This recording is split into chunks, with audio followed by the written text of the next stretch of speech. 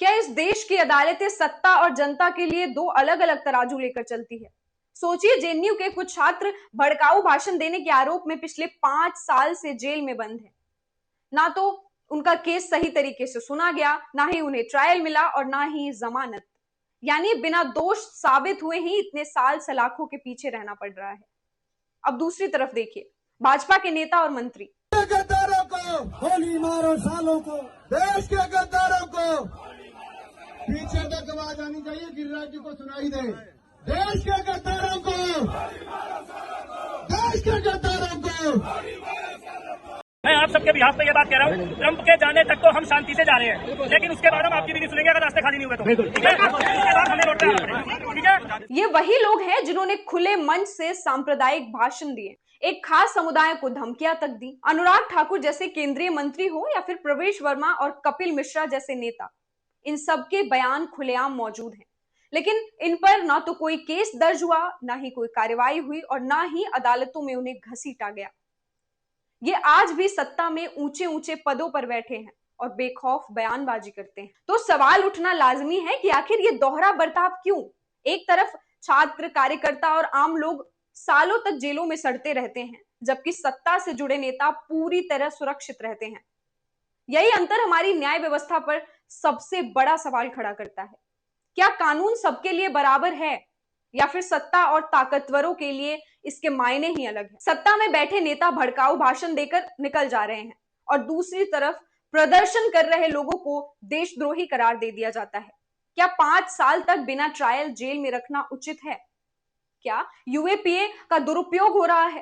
कानून राष्ट्रीय सुरक्षा के लिए बनाया गया था, लेकिन क्या इसे राजनीति के लिए इस्तेमाल किया जा रहा है? राजनीतिक विरोधियों को दबाने के लिए इस्तेमाल किया जा रहा है? दरअसल 2 सितंबर यानी कल दिल्ली हाईकोर्ट का एक बड़ा फैसला आया। उमर खालिद, शर्जिल इमाम और 7 अन्य की जमानत याचिका एक बार फिर खारिज कर दी गई। 5 साल से जेल में बंद है ये लोग। जिन लोगों की जमानत खारिज की गई उसमें मुख्य शर्जिल इमाम, उमर खालिद, गुलफिसा फातिमा, मोहम्मद सलीम खान, सिफा उर रहमान, अतर खान, मीरा हैदर, शादाब अहमद और अब्दुल खालिद सैफी शामिल हैं। ये सभी 2019-20 में सीएए और एनआरसी के खिलाफ हुए विरोध प्रदर्शनों से जुड़े थे।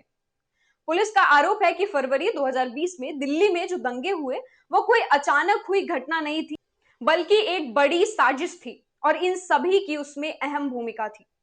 यहाँ सबसे बड़ा सवाल यही है, आरोपियों को 5 साल हो गए जेल में, लेकिन अभी तक चार्ज फ्रेम नहीं हुआ, ना ही आरोप तय हुए, जिस पर कोर्ट का कहना है कि अभी तक 58 गवाहों के बयान हो चुके हैं और चार्जशीट 3000 से ज्यादा पन्नों की है। यानी केस बहुत बड़ा है।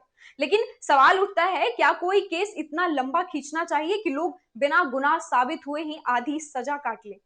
क्या यह न्याय है? बिना कोर्ट में गुनाह साबित हुए 5 साल से ये सभी लोग जेल में हैं। क्या यूएपीए जैसी सख्त धारा का इस्तेमाल इतना होना चाहिए कि लोग बिना ट्रायल जेल में सड़ते रहें? पुलिस और जांच एजेंसियों के मुताबिक सीएए और एनआरसी विरोध के नाम पर बड़ी योजना बनाई गई। व्हाट्सएप ग्रुप, भाषण और बैठकों के जरिए दिल्ली में दंगे भड़काए गए। बताया यह जा रहा है कि दंगों का समय भी ऐसा चुना गया जब अमेरिकी राष्ट्रपति डोनाल्ड ट्रंप भारत में थे, ताकि भारत की छवि अंतर्राष्ट्रीय स्तर पर खराब हो सके, जिसके बाद इनके खिलाफ यूएपीए, आईपीसी और आर्म्स एक्ट के तहत कई गंभीर धाराएं लगाई गई। मामला केवल प्रदर्शन तक नहीं बल्कि देश विरोधी गतिविधि और आतंकी साजिश से जोड़ा गया। दिल्ली हाईकोर्ट के जस्टिस नवीन चावला और जस्टिस शैलेंद्र कौर की बेंच ने साफ कहा कि यह कोई सामान्य दंगा नहीं था। हर आरोपी को साजिश में खास जिम्मेदारी दी गई थी। उनका कहना है कि अभी सारे गवाहों की गवाही पूरी नहीं हुई है, इसीलिए अगर कोर्ट ने जमानत दे दी तो गवाहों को प्रभावित करने या दबाव डालने का खतरा हो सकता है। दरअसल साधारण आपराधिक मामलों में जमानत देने में कोर्ट के पास थोड़ा लचीलापन होता है, लेकिन यूएपीए में नियम बहुत सख्त है। अगर शुरुआती सबूत यानी प्राइमा फेसिया एविडेंस मजबूत दिखते हैं तो कोर्ट जमानत नहीं दे सकता। कानून विशेषज्ञ ये भी कहते हैं कि यूएपीए पुलिस और सरकार को बेहद खास ताकत देता है। आरोप तय न होने पर भी आरोपी को सालों जेल में रखा जा सकता है। कई लोग इसे लोकतंत्र के खिलाफ भी मानते हैं। वहीं आरोपियों के वकील की तरफ से ये दलील दी गई कि वे 5 साल से जेल में हैं और ट्रायल शुरू नहीं हुई है अभी तक, इसीलिए जमानत मिलनी चाहिए। लेकिन हाईकोर्ट ने कहा कि सिर्फ ट्रायल में देरी या लंबी कैद को आधार बनाकर हर मामले में जमानत नहीं दी जा सकती।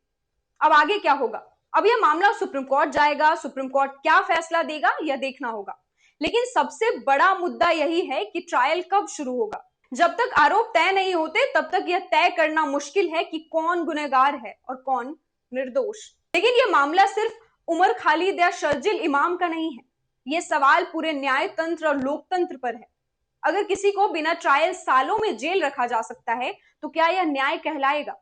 सोचिए, अगर सत्ता में बैठे नेताओं पर कार्रवाई नहीं होती तो क्या यह बराबरी का कानून है? लोग पूछ रहे हैं, जब कोर्ट जमानत नहीं दे रहा तो ट्रायल क्यों नहीं कर रहा? आखिर किस बात का इंतजार है? इस पूरे मामले पर आपकी क्या राय है, हमें कमेंट बॉक्स में जरूर लिखें। मेरा नाम श्रुति है और आप देख रहे थे द लाइव इंडिया।